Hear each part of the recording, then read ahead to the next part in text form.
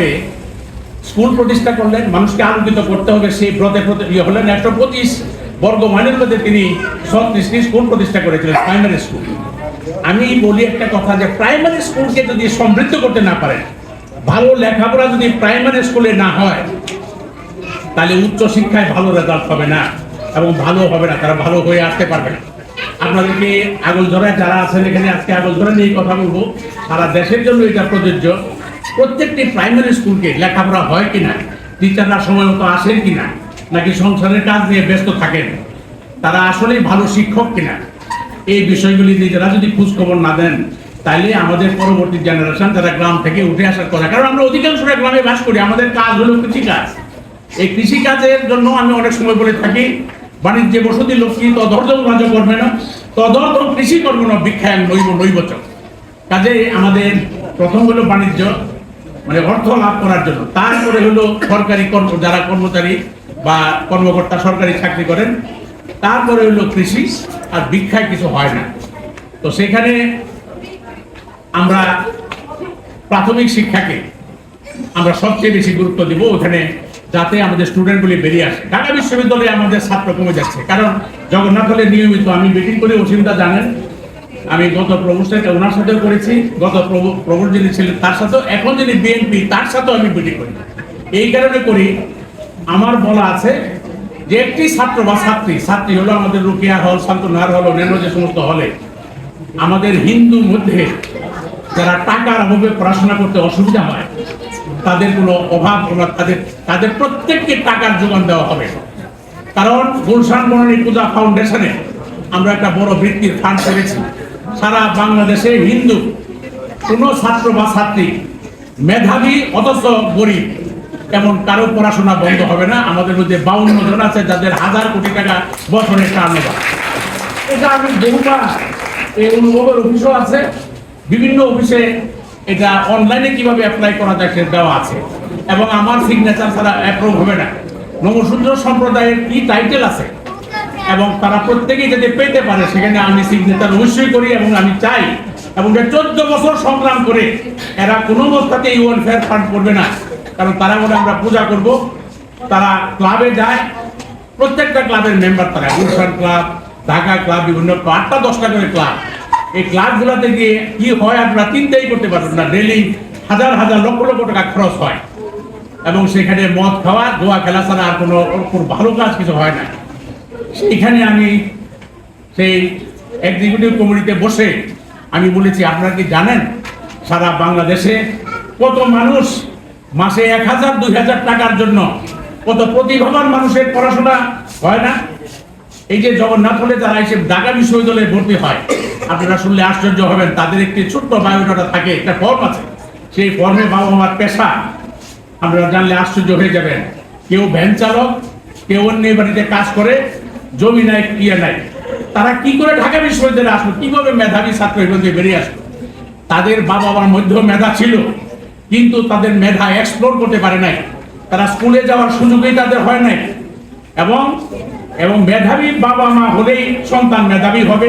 পরবর্তীতে পরিস্থিতিতে স্কুলে যখন এটা ফ্রি করে দেওয়া হলো, হায়ার এডুকেশনও যখন সেকেন্ডারি স্কুলেও টাকা পয়সা লাগে না, এমন একটি অবস্থা হলো, তারা এসএসসি এইচএসসিতে ভালো রেজাল্ট করে, কিন্তু টাকার অভাবে জগন্নাথ হলে এসে বা যেখানে আসলে ঢাকা বিশ্ববিদ্যালয়ে এটা পড়াশোনার সমস্যা হচ্ছে।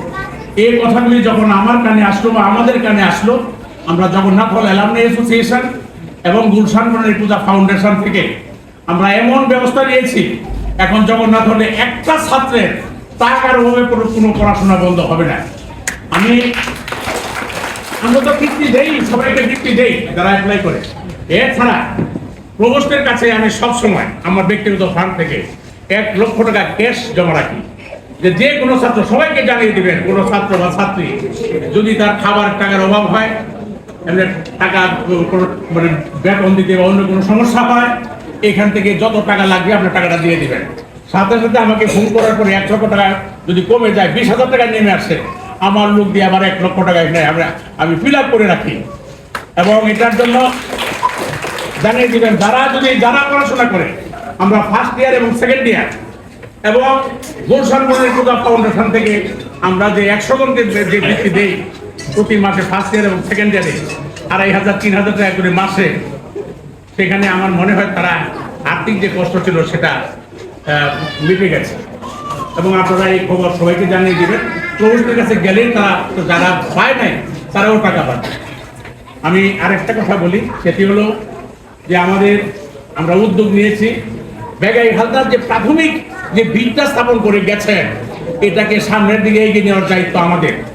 আমরা বেগাই হালদারকে আমার গুরু মেনে, সেই গুরুচাঁদ ঠাকুরকে গুরু মেনে, তাদের আদর্শকে ধারণ করে এই কাজগুলি করার চেষ্টা করছি। আমি একজন সামান্য মানুষ, সাধারণ মানুষ, এবং আমার জীবনের ইতিহাস আমি যখন পেরেছি, আমি একজন কৃষকের ছেলে। আমার বাবা সরাসরি কৃষি কাজ করতেন, এবং সেইখান থেকে আমি ঢাকা বিশ্ববিদ্যালয়ে ফিজিক্সে এমএসসি করেছি, এবং পরবর্তী পর্যায়ে আজকের জীবনে এই পর্যায়ে আমি আসতে পেরেছি। তোমরা যারা আমার মতো যারা অল্প বয়সী তোমরা যারা আছো, তোমরা চাইলেই আমার চেয়ে অনেক বড় হইতে পারবে তোমরা, যদি তোমরা চেষ্টা করো, সেই ইচ্ছা শক্তি তোমাদের থাকে, সেটা তোমরা অবশ্যই পারবে। আমার একটা এক্সাম্পল শুধু তোমাদের বলি, যে আমি যখন শুরু করেছিলাম আমার ব্যবসা, এগুলো উদ্বুদ্ধ করার জন্য আমি বলি আমাদের ছোট মনিদের যে তোমরা সাহস হারাইবে না, আমার কাছে আসবো, আমি তোমাদেরকে সেই সাহস দিব, পুঁজি লাগলে পুঁজি দিব। আমি যখন ব্যবসা শুরু করি তখন আমার দুটা চাকরি হয়, সরকারি চাকরি হয় এমএসসি হওয়ার পরে। আমি সেই চাকরি করি নাই, কারণ জগন্নাথ হলে একজন আমার হাত দেখে বলেছিল, গোপালগঞ্জের এক ভদ্রলোক, উনি এমএ স্যার, উনি দেখে বললেন যে চাকরি আপনার দ্বারা হবে না, ব্যবসা আপনার জন্য অপেক্ষা করছে। আমাকে প্রভাবিত করেছিল এই কথাটা, এবং আমি ব্যবসা শুরু করার চেষ্টা করি। ঢাকায় থাকা যায় এরকম একটা ব্যবসা প্রথমে আমি করি। বক্সিবাজার আমরা একটা ছোট্ট আটার মিল দিয়েছিলাম, বক্সিবাজার মেডিকেল কলেজের পাশেই। এখানে সামান্য টাকা খরচ হয়েছিল, এই টাকাটা আমি 150 টাকা করে স্কলারশিপ পেতাম। আমি মেধা তালিকায় আমার নাম হয়েছিল, এই যখন ইন্টারমিডিয়েট বা আগে পড়াশোনা করেছি ঢাকা বিশ্ববিদ্যালয় থেকে, তখন যারা মেধা তালিকার স্থান ছিল তারা 150 টাকা করে পাকিস্তানে বলে। 150 টাকা অনেক টাকা, 50 টাকায় আমার সমস্ত খরচ হয়ে যেত। জগন্নাথ হলে 30 টাকা লাগতো খাইতে, এবং আমি টাকা সেভ করে একটা ছোট্ট আটার মিল দিই। এটা আমার শুরু, এবং পরবর্তী পর্যায়ে এমএসসি পাস করে আটার মিলে আমি নিজে আটার মিল চালিয়েছি। এবং সেইখান থেকে আমি যখন চিন্তা করলাম যে আমি আন্তর্জাতিক ব্যবসা করব, আমার এক বন্ধু মুকুল মিত্র সে বললো চলো আমরা শুরু করি। তখন আমি একটা ছোট্ট অফিসে বসে জাপান এম্বাসিতে গেলাম, ওখানে গিয়ে একটা ছোট্ট বই নিলাম, কমার্স থেকে, মিনিস্ট্রি থেকে, ওদের কমার্স যে সেকশন থেকে। সেখানে এক্সপোর্টারদের নাম নিয়ে তাদের কাছে চিঠি লিখতাম। সেই সময় ফ্যাক্স বা এই সমস্ত মোবাইল টোবাইল কিচ্ছু ছিল না। তখন একটা টেলেক্স মেশিন আমি নিয়েছিলাম পরবর্তী পর্যায়ে। তো তখন আমি জাপানে চিঠি লিখি, 17টা কোম্পানি আমাকে ইনভাইট করলো, তুমি জাপান আসো। আমার কষ্ট হয়েছে, সংক্ষেপে বলি, কষ্ট হয়েছে আমার জাপান যেতে। 2টা কোম্পানি আমার সাথে এগ্রিমেন্ট করেছিল যে তোমার সাথে আমরা ব্যবসা করব, কারণ ইয়াং বয়স, একেবারেই ইয়াং। তখন এসে একটা হলো কাপড়ের কোম্পানি আর একটা গাড়ি, ইনডেন্টিং ফার্ম দিয়েছি। এটা 5% কমিশন পাবো তাদের মাল যদি আমি বাংলাদেশে বিক্রি করতে পারি। আপনি বিশ্বাস করেন, আমি 1000 লোকের কাছে গিয়ে মোটিভেট করে একজন রাজি হলো, ঠিক আছে আমি এলসি ওপেন করবো। কারণ এলসি তখন জানতো না লেটার অফ ক্রেডিট কি হয়, আমি তখন জানতাম। এগুলো সব আমি শিখেছি, পড়াশোনা করেছি। একটা হলো তার 10 লক্ষ টাকায় পুঁজি কাটিয়ে এলো, আসার পরে বাজারে বিক্রি হলো 30 লক্ষ টাকা। জাপান থেকে মাত্র 17 দিনে যে জাহাজগুলি সরাসরি আছে কুবে পোর্ট থেকে একেবারে চিটাগং, সেই জাহাজে মাল দিয়েছিলাম। পরবর্তী পর্যায়ে সে বললো যে যত স্যাম্পল আসবে সব আমাকে দেবেন, আমি সব এলসি করবো আপনার। এবং প্রথম মাসে আমি $1 লক্ষ শুধু কমিশন পেয়েছিলাম। এবং সেই $1 লক্ষ আমার বাবা মার কাছে, আমার বাবার পায়ের কাছে আমি টাকা রেখে ওনাকে প্রণাম করে বলেছিলাম, বাবা আপনার আশীর্বাদ, $1 লক্ষ এই মাসে আমি উপার্জন করেছি। 13 টাকা কয় পয়সা ছিল ডলারের দাম, এবং সেখানে 13 লক্ষ টাকা যৌবনে আমি একটি পয়সা অবতর করি নাই। আমি আমার জীবনে মদ খাই নাই, কোনো রকমের কোনো খারাপ কাজের সাথে আমি লিপ্ত হই নাই। তখন স্বাধীনতার পর দেশে যখন একটা উন্মাদনা, সেই সময় নিজেকে আমি কন্ট্রোল করেছি। কাজেই তোমাদের জন্য এই শিক্ষা কথাগুলো আমি বলছি, টাকার অভাবের জন্য নয়, তোমাকে শুরু করাটাই হলো ইম্পর্টেন্ট। আমি স্টেট গভর্নমেন্ট মিডিয়াতে যখন এলসি ওপেন করি, তখন একজন সাহা ফণিভূষণ সাহা, উনি এক নাইক, ওনাকে আমি বলতাম যে চিফ ম্যানেজার ইন্ডিয়ার কি আছে, তো ওনার সাথে আমাকে একটু পরিচয় করায় দেন। তখন উনি আমাকে দিয়ে দিচ্ছি বলে আমাকে আর চিফ ম্যানেজারের কাছে নেয় না, উনি সবসময় চিফ ম্যানেজারের সাথে বসে গল্প করেন। একদিন চিফ ম্যানেজার একা আছেন, দারোয়ানটাও নাই, দিল কুশা অফিস। আমি মেয়াই কামিন স্যার করে রুমটার ভিতরে ঢুকে গেলাম। তখন আমার দিকে উনি হা করে তাকিয়ে থাকলেন।